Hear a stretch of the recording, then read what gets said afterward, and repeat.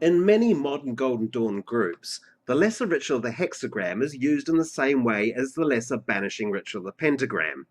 In other words, really, really badly, without any clear thought about what is trying to be achieved.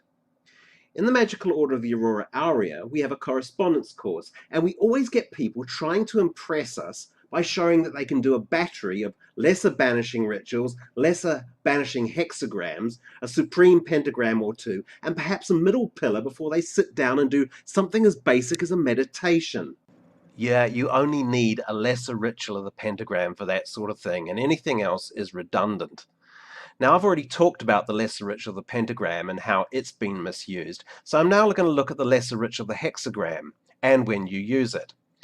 Like the pentagram, the lesser ritual comes in two flavors, banishing and invoking, and like most things in the modern Golden Dawn, the banishing is used much, much more often than it needs to be. In fact, it's fairly clear from the original Golden Dawn texts that both of them should be used equally. Many people think the pentagram is used for just elements, and that the hexagram is supposed to deal with planetary forces, because planetary forces, man, are just so damn dangerous. This paranoia seems to come from Mathers, who says you should use the lesser ritual of the pentagram and the lesser ritual of the hexagram to protect your magic circle. The only problem is that he doesn't say which one and why. So, modern Golden Dawn people have claimed the lesser ritual of the hexagram is all about limitation and freedom. This is because the lesser hexagram is based on the supreme hexagram of Saturn. After all, Saturn is the great limiter, so it makes sense that before a ritual you banish him to allow yourself to push back the barriers of your own personal limitations. And, like most questions to do with banishing and invoking within the Golden Dawn, you forget all about the invoking, even though Mathers gave it equal treatment. However, it's much more complicated than that, and it isn't based on planets at all. In fact, it's based on the Tree of Life, especially something called Dart, which isn't even on the tree at all, but exists between Tifereth and Keter, and was seen by the Golden Dawn as a synthesis of all the supernal forces of Keter, Hokmah, and Bina. In fact, the Golden Dawn gave Da'at the divine name of Bina and the planetary attribution of Saturn. All this makes sense when you put a hexagram on the Tree of Life. Here you can see that the top of the hexagram connects to Da'at, and the bottom one links to the moon sphere of Yesod. So rather than looking at Saturn, the Saturn meaning, we're looking at a polarity between the spirit and the lunar forces of Yesod, with everything centered on Tiferet. Before we go on, it's important to see this in context. You did not learn about hexagrams until you entered the 5=6 grade. So this meant that you were comfortable with working on the astral level of Yesod. This was lunar magic, and you had to know what you were doing, and have some contact with spirit. This was not possible to an outer order member who was still trying to balance their elemental nature. There has been a move to bring inner order teachings, such as the lesser ritual of the hexagram, into the outer order of the Golden Dawn, but this diagram shows why it's impossible and is also unnecessary. There's also another confusion that modern, more literal GD people have in regards to some of these diagrams. They see planets being drawn on the points of the hexagram and assume they really were planets, when in actual fact they were shorthand for Sephiroth. Now, these did have planetary meanings, but they weren't the only meanings. What the lesser ritual of the hexagram is doing is bringing down spiritual force, causing it to manifest in the sphere of Yesod as a planetary force. Since most people's consciousness doesn't normally exist in the Yesodic sphere, they're not going to be troubled by these forces in any particular way. Their planets manifest as their astrological chart and their transits. But once a magician is an adept, they start to interact with these planets, and they need some symbols of control over them. You'll notice, however, that the lesser ritual of the pentagram has 4 forms, and this makes it more complicated. In fact, I'd go further to say that it means that it doesn't have much to do with planetary force at all, as this particular function was left to the supreme pentagram, which is a much more advanced and involved ritual. What it means then is the lesser ritual is supposed to be doing something else, and this function can be found within the 4 forms. Here are the banishing ones. I call these the broken hexagrams, but in reality they're still hexagrams. The top one is drawn in the east, and the conventional hexagram was drawn in the south, the third form was drawn in the west, and the last one was drawn in the north. You'll notice that the northern one is completely unlike the one in Israel Regardie's Golden Dawn book. This is because Regardie's version was a typo which remained uncorrected for years and was given as instruction by countless modern Golden Dawn groups who didn't know what the hell they were doing. The fact that this northern hexagram was and is still being used by Golden Dawn groups is one of the great face palms of modern magic. Mathers said the forms were based on this diagram, which was also not published in Regardie's book. While I can see this, it's somewhat confusing, and it's better explained just by looking at the different forms on the Tree of Life and seeing what they actually say. The first form is in the east.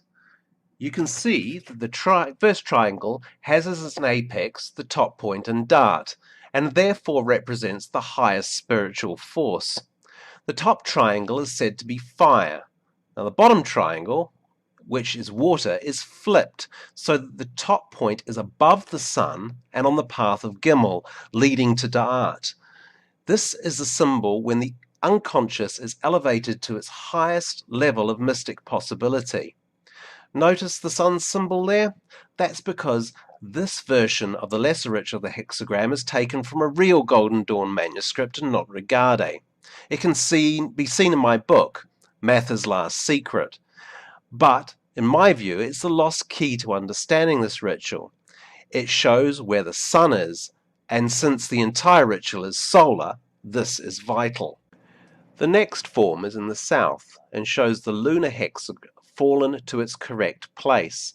It also shows the perfection of a perfected human, with his feet on Yesod and his crown in Da'at. Now, this is not the normal human who will have fallen further down the tree, but the fiery, true human, capable of manifesting on most of the planes of the Tree of Life. This is commonly called the higher self. In the third form, the fall is continued, with a separation taking place between the lower water triangle and the spiritual fire triangle. However, this is an illusion, because the planets have not moved at all. What we're looking at is in reality the same hex as above, but it's working within the realm of illusion. Tifereth is a linking point between these two triangles.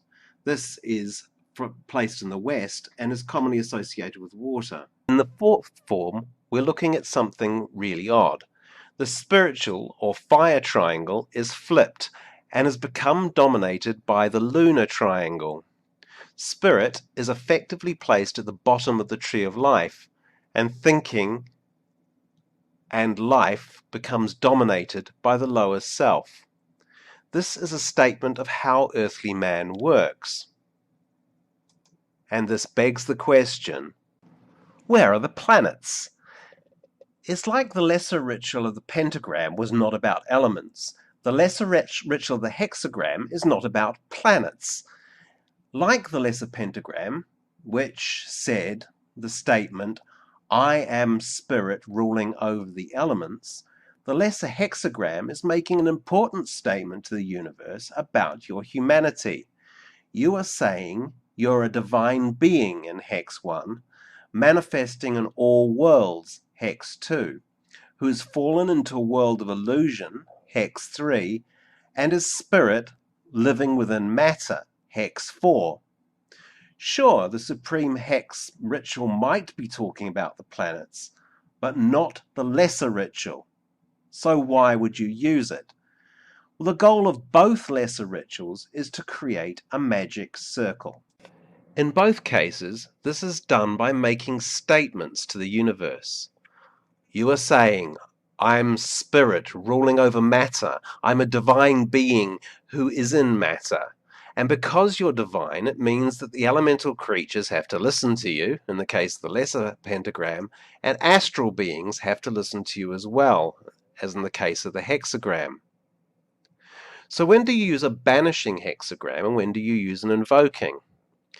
The two rituals are meant to work side by side. So when you're doing a banishing ritual, you would use a banishing pentagram and a banishing hexagram.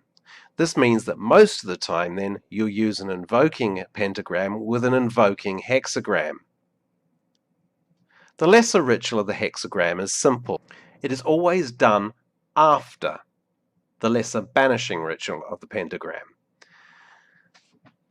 Next, you draw the forms in each of the quarters. The form is always drawn with the fire or spirit triangle first.